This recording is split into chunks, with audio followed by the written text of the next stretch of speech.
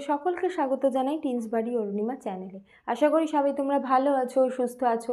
আজকে class 7-এর chapter 1-এর তড়িতের part 2 নিয়ে আলোচনা করব। আগের পর্বে তড়িতের পার্ট 1 নিয়ে আলোচনা করেছিলাম, আজকে পার্ট 2। আজকে পার্ট 2-এর যে আলোচ্য বিষয় সেগুলো হলো এই হাতে কলমে 3, 4, 5, 6, 7 এইগুলো আলোচনা করা হবে। চলো শুরু করা যাক। প্রথমেই আসি এই যে তোমার হাতে কলমে 3-এ, ঠিক আছে। হাতে কলমে 3-এতে তোমাদের দেখো একটা বর্তনী দেওয়া রয়েছে, যে বর্তনীতে অনেকগুলো ব্যাটারি রয়েছে। মানে এখানে একটা ব্যাটারি, একটা সেল, দুটো সেল, তিনটে সেল, তিনখানা সেল দেওয়া রয়েছে, ঠিক আছে। এই তিনটে সেলের সাথে দুটো বাল্ব যুক্ত করা আছে, এখানে সুইচ দেওয়া আছে। এইটাকেই বলা হয়েছে প্রতীক চিহ্নের মাধ্যমে আঁকতে। তিনটে সেল আছে, তাহলে আমরা এখানে তিনটে সেল আঁকবো। Positive negative, positive negative, positive negative, ঠিক আছে।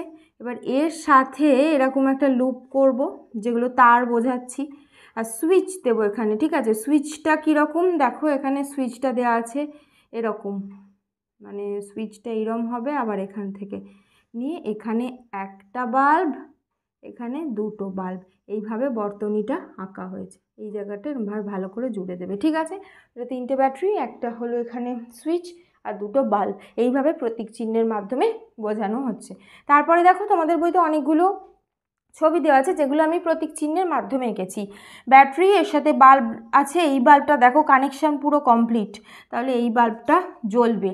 তারপরেরটাও দেখো, এখানেও কানেকশান পুরো কমপ্লিট, এই বাল্বটাও জ্বলবে। এখানেও কানেকশান পুরো কমপ্লিট, এই বাল্বটাও জ্বলবে।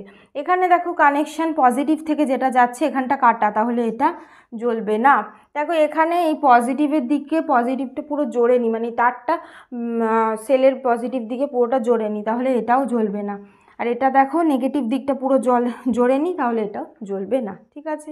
তাহলে এই হাতে কলমে থেকে কি শিখলাম, যে বর্তনী জানলাম, মানে যেটার মধ্যে দিয়ে তড়িৎ প্রবাহিত হতে পারছে সেইটাকে বলছে বর্তনী। এবার এই যে বর্তনী, এটা দুই রকম হতে পারে, একটা হলো মুক্ত বর্তনী আর একটা হলো বদ্ধ বর্তনী। মুক্ত বর্তনী কাকে বলে? তড়িৎ বর্তনী কোথাও ছিন্ন হয়ে গেলে, মানে ছিঁড়ে গেলে, তার মধ্যে দিয়ে তড়িৎ চলাচলে বাধা পড়ে, তখন ওই তড়িৎ বর্তনী কোনো কাজ করে না, সেইটাকেই বলছে হলো তোমার মুক্ত বর্তনী। এবার ধরো তোমাদের পরীক্ষায় মুক্ত বর্তনী কাকে বলে বললো, বা একটা ছবি আঁকতে বললো প্রতীক চিহ্নের মাধ্যমে। কীরকম আঁকবে? ধরো একটা ব্যাটারি আঁকলে, ঠিক আছে। এবার এই ব্যাটারির সাথে তুমি এরম তার দিলে, এখানে একটা বাল্ব আঁকলে, আর বাল্বের সাথে এখানে একটা সুইচ দেবে, কিন্তু এই সুইচটা কিন্তু জুড়ে থাকবে না। সুইচ যখন জোড়া থাকবে না, মানে সুইচটা উঠে আছে, সুইচটা অফ হয়ে আছে, সেই সময় কিন্তু বর্তনীটা মুক্ত, মানে কাটা। তাহলে তোমরা এখানে একটা সুইচ দিতেও পারো, বা এটাকে এরমভাবে ছেড়েও দিতে পারো। আর যদি সুইচ দাও, মানে সুইচটা আঁকো, তাহলে এখানে ব্যাটারি, ব্যাটারির সাহায্যে তার, তারের সাথে বাল্ব নিয়ে এখানে একটা সুইচ আঁকবে, যে সুইচটা উঠে আছে, ঠিক আছে, এই রকম। তাহলে বুঝতে পেরেছো, এখানে সুইচটা জোড়া নেই বলে বর্তনীটা কাটা আছে, বোঝাতে পারলাম? তাহলে এটা হলো মুক্ত বর্তনীর চিত্র। তারপর আসি হলো বদ্ধ বর্তনী কাকে বলে। তড়িৎ বর্তনী যখন সম্পূর্ণ থাকছে, তার মধ্যে দিয়ে তড়িৎ প্রবাহিত হতে পারছে, তখনই তাকে বলছে বদ্ধ বর্তনী। বদ্ধ বর্তনীর ছবিটা কীরকম হবে? এখানে ব্যাটারি মানে সেল আছে, তার সাথে এরম তার দিয়ে এখানে একটা বাল্ব আছে, ঠিক আছে, এইটা। তাহলে এই বাল্বটা তখন কি হচ্ছে? জ্বলছে। এটাই হলো তোমার বদ্ধ বর্তনী। আর তুমি যদি এটাকে এর ভেতরে সুইচ দিয়ে আঁকতে চাও, তাহলে কি হবে? বদ্ধ মানে সুইচটা অন থাকবে, তবেই সেই বর্তনীটা ক্লোজ, মানে বর্তনীটা সম্পূর্ণ আছে। তাহলে যদি সুইচ দিয়ে আঁকতে চাও, সেক্ষেত্রে এখানে একটা বাল্ব আঁকলে, আর এখানে এইটা হলো সুইচ, যেটা পুরোটা জুড়ে আছে। তাহলে সুইচটা যখন উঠে আছে, দেখো এই অংশটা এরকম উঠিয়ে এঁকেছি, আর সুইচটা যখন দেওয়া আছে, মানে সুইচ অন আছে, সেইটা হলো বদ্ধ বর্তনী, ঠিক আছে। তাহলে এই যে যখন এই বর্তনীগুলো লিখবে, তার পাশে কিন্তু এরকম সাংকেতিক চিহ্ন দিয়ে ছবি এঁকে বুঝিয়ে দেবে। পরের যে হাতে কলমে 4, সেখানে দেখানো হয়েছে যে সুইচ কিভাবে কাজ করছে, ঠিক আছে। তোমরা বাড়িতে বসেই একটা সুইচ বানিয়ে নিতে পারো। প্রথমে একটা এরকম কাঠের টুকরো নেবে, তারপর দুখানা বোট পিন নেবে, ঠিক আছে, আর একটা সেফটি পিন নেবে। এবার প্রথম বোট পিনটাকে একটা যে কোনো জায়গাতে এরকমভাবে বসিয়ে দিলে, ঠুকে বসিয়ে দিলে, এটা হলো প্রথম বোট পিন। ঠিক আছে, বোট পিন কাঠের মধ্যে সহজেই ঢুকে যায়।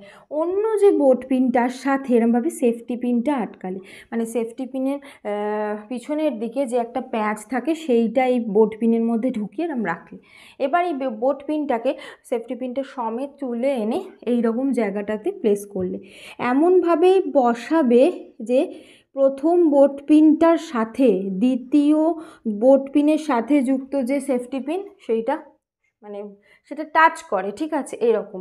এবার তুমি যখন এই সেফটি পিনটা এইখানে ঠেকে আছে তখন সুইচ অন আছে, আর যখন সেফটি পিনটাকে এভাবে হাত দিয়ে সরিয়ে দিচ্ছ, মানে ধরো সেফটি পিনটা এই রকমভাবে আছে, ধরো এখানে বোট পিনটার প্রথম বোট পিনটা, আর এখানে ধরো দ্বিতীয় বোট পিনটা, তার সাথে যুক্ত যে সেফটি পিন সেইটা এরম অবস্থায় রয়েছে, তখন সেটা হলো সুইচ অফ আছে, কারণ এটার সাথে এটা সংযুক্ত হয়নি।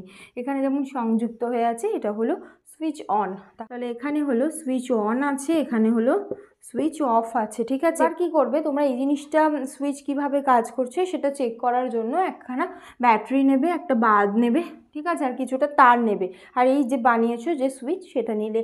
এবার এই ব্যাটারিটার পজিটিভ দিকের সাথে তার দিয়ে না প্রথম বোট পিনটা জুড়ে দিলে, মানে এই যে বোট পিনটা প্রথমে লাগিয়ে রেখেছিলে সেইটাকে জুড়ে দিলে। ঠিক আছে, আর এটার নেগেটিভ দিকের সাথে এরকম বাল্বটা জুড়ে দিলে, যে অন্য দিকের তারটা এসেই প্রথম বোট পিনে রইল। ঠিক আছে, এবার সেফটি পিনটা যখন এরম অবস্থায় রয়েছে, মানে প্রথম বোট পিনের সাথে টাচ করে নেই, তখন হলো সুইচ অফ। এবার তোমরা কি করলে, এই বোট মানে সেফটি পিনটাকে ধরো ঘুরিয়ে দিলে, কিরম করলে, সেফটি পিনটাকে এই রকম করে দিলে, মানে এর সাথে এটা স্পর্শ করে রয়েছে, তখনই হলো সুইচ অন। ঠিক আছে, তখন কিভাবে বুঝবে যে এই সুইচ অন হয়ে গেছে, বাল্বটা জ্বলতে থাকবে। ঠিক আছে, তাহলে এটা হলো সুইচ হিসাবে কাজ করছে। তার মানে সুইচ অন কখন, সাংকেতিক চিহ্নে দেখিয়েছিলাম কি, যখন এই রকম হয়ে আছে এটা হলো সুইচ অফ। দেখো এখানেও এই জায়গাটা হলো সুইচ অফ, যখন এটা এটার থেকে টাচ করে নেই, দূরে আছে।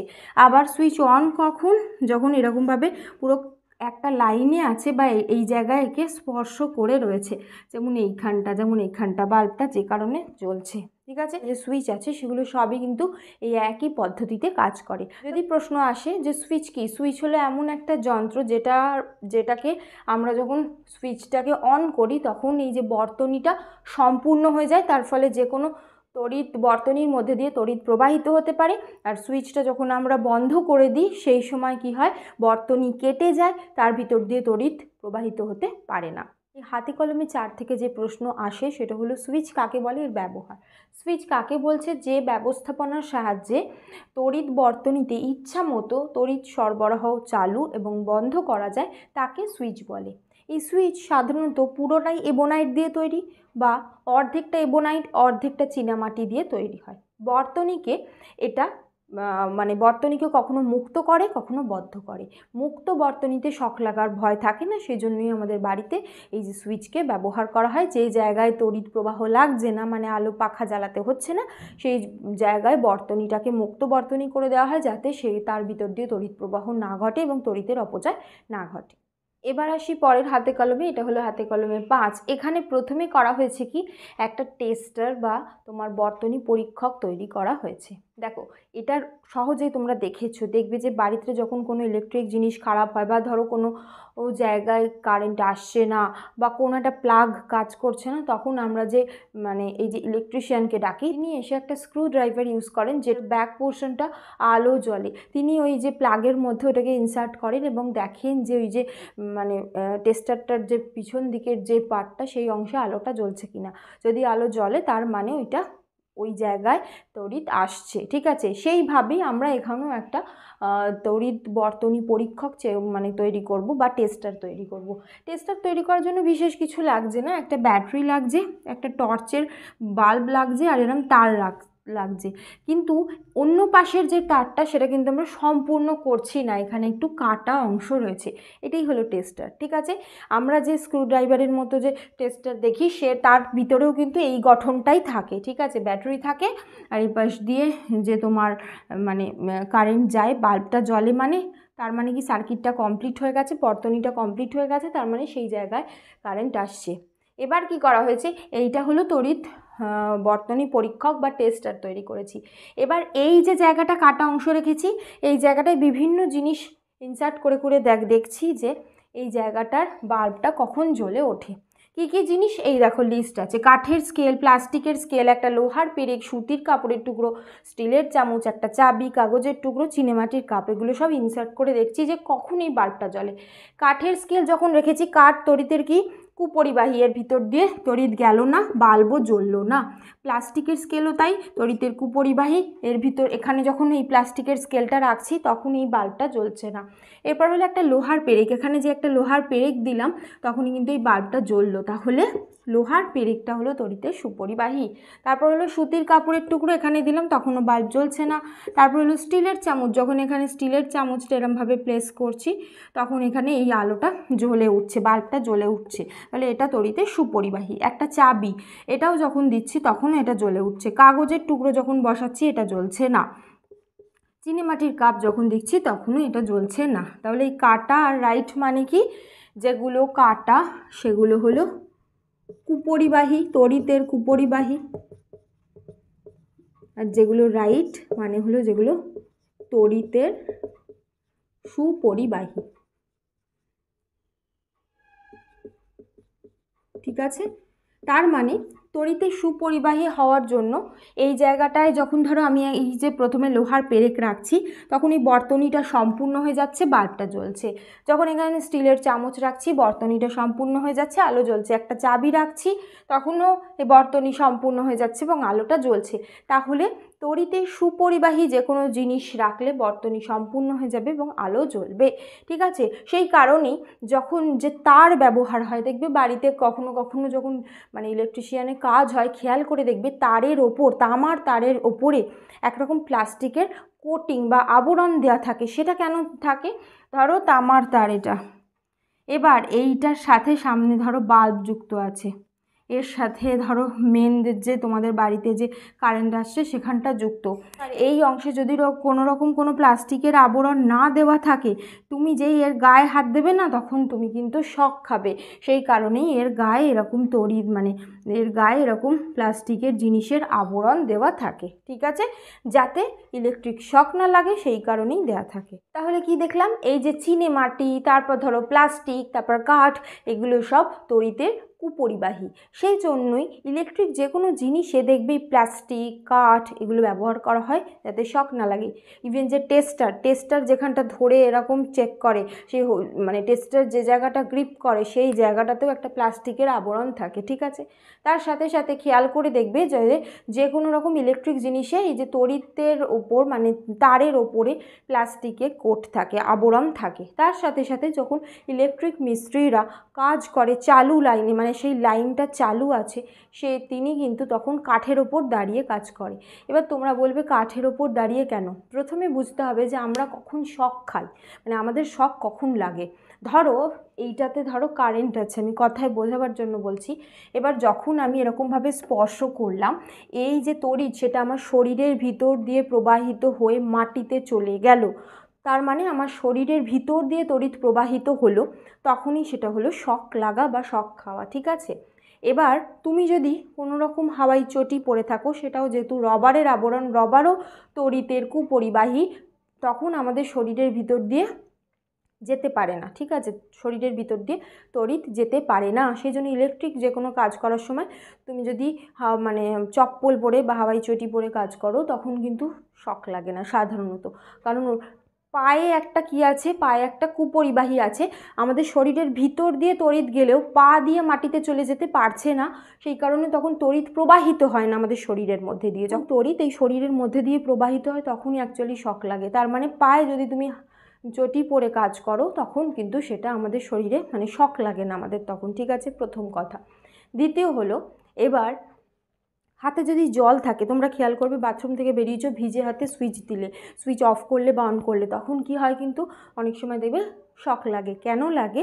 যখন হাতে জল আছে না, জল কিন্তু তড়িতের সুপরিবাহী, জলের মধ্যে দিয়ে তড়িৎ আমাদের শরীরে চলে আসছে। পায়ে জুতো নেই, আমরা মানে পায়ে কোনো রকম চটি বা জুতো নেই, তখন কি হয় হাতের মানে সেই জলের মাধ্যমে তড়িৎ আমাদের শরীরে আসছে, নিয়ে পা দিয়ে একদম মাটিতে চলে যাচ্ছে, তার মানে আমাদের শরীরের মধ্যে ভেতর দিয়ে তড়িৎ প্রবাহিত হচ্ছে, তখনই আমরা শক লাগে। ঠিক আছে, যখন ইলেকট্রিক মিস্ত্রিরা কাজ করছেন, চালু লাইনে যখন কাজ করতে হয় তারা তখন কাঠের জিনিসের ওপর দাঁড়িয়ে কাজ করেন। কাঠের জিনিসের ওপর যখন দাঁড়ান, তার মানে পায়ের নিচে কি রয়েছে? কুপরিবাহী পদার্থ, যেটা তড়িৎকে মাটিতে চলে যেতে দেবে না, তাই তো?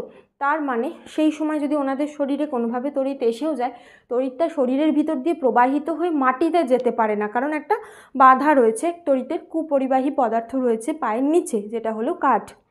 সেই কারণেই এনারা যখন কাজ করেন কাঠের জিনিসের ওপর দাঁড়িয়ে কাজ করেন। ঠিক আছে, তাহলে আশা করি বোঝাতে পারলাম। এই কারণেই তড়িতের কোন কোন জিনিসগুলো সুপরিবাহী এবং কুপরিবাহী এগুলো জানতে হবে।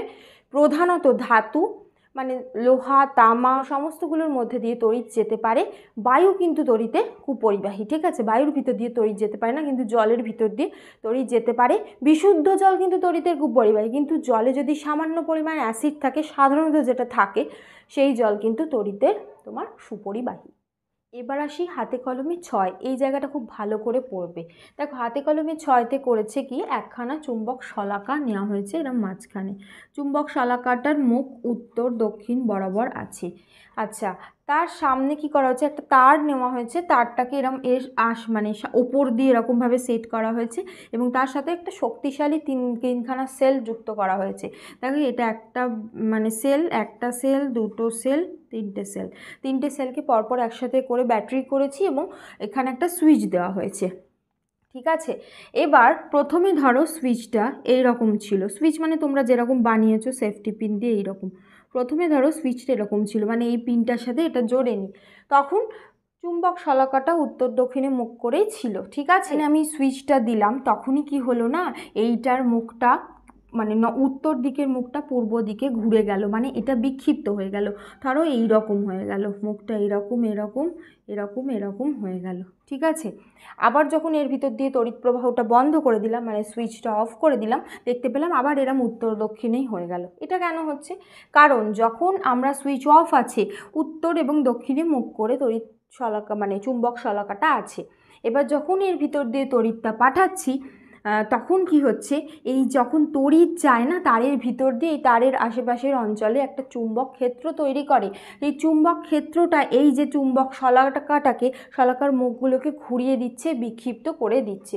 তারের মধ্যে দিয়ে তড়িৎ প্রবাহ পাঠালে চুম্বকের ওপর প্রভাব পড়ে, কারণ তড়িৎ যখন প্রবাহিত হয় তখন চৌম্বক বলের সৃষ্টি হয়।